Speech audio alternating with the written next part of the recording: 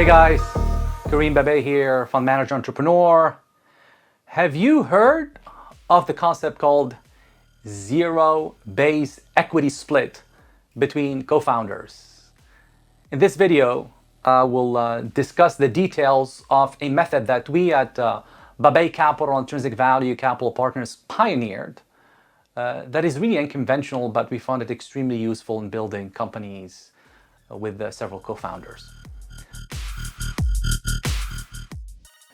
So similar to zero budget, where every dollar needs to find a job, the zero equity among co-founders is similar in many ways. So the traditional way to build a business is a bunch of partners come together with investors, without investors, especially when it comes to co-founder. Usually there's somehow an equal split of equity. So it's just the right of, you and I, for instance, as co-founder, agreeing on building an idea and executing on it, give us the right to own, majority shareholders of the capital table.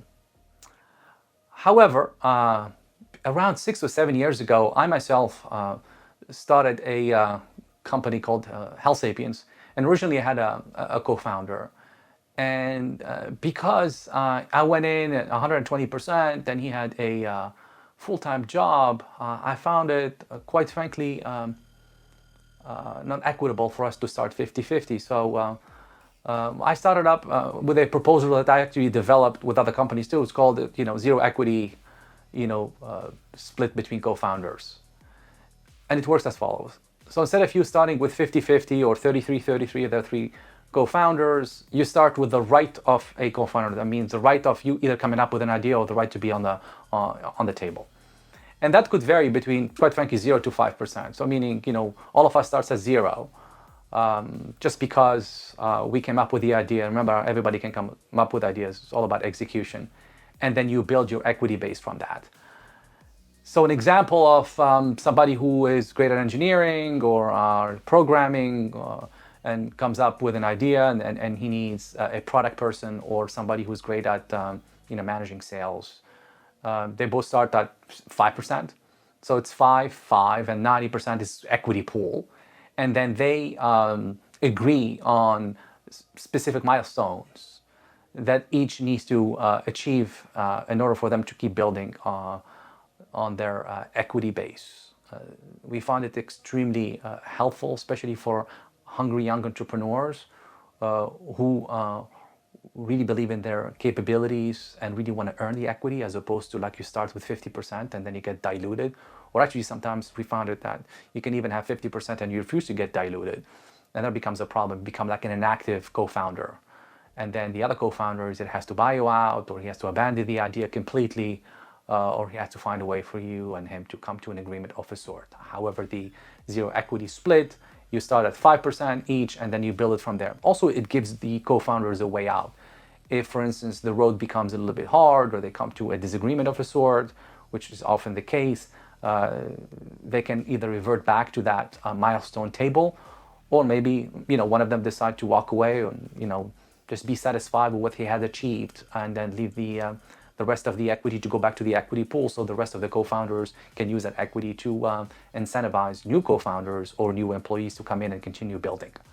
This is a novel way. I haven't seen it floating around, quite frankly, in normal cap tables or venture-backed companies. I actually started it because out of necessity.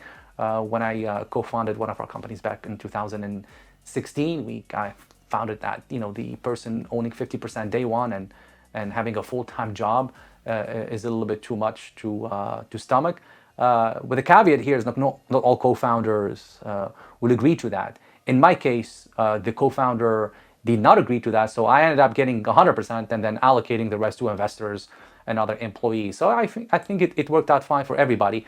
It shows who wants to commit at this stage versus who wants to commit at various stages of company. We all have our own circumstances. The road could be extremely excruciating for especially those that never started companies before. They just, get excited about building a business, and then, 3-6 months down the road, they start looking at the opportunity cost, and they start figuring out this is not what I signed up for. It's too difficult. It's too uncertain. Have a family to feed. Have a mortgage to pay, etc., etc.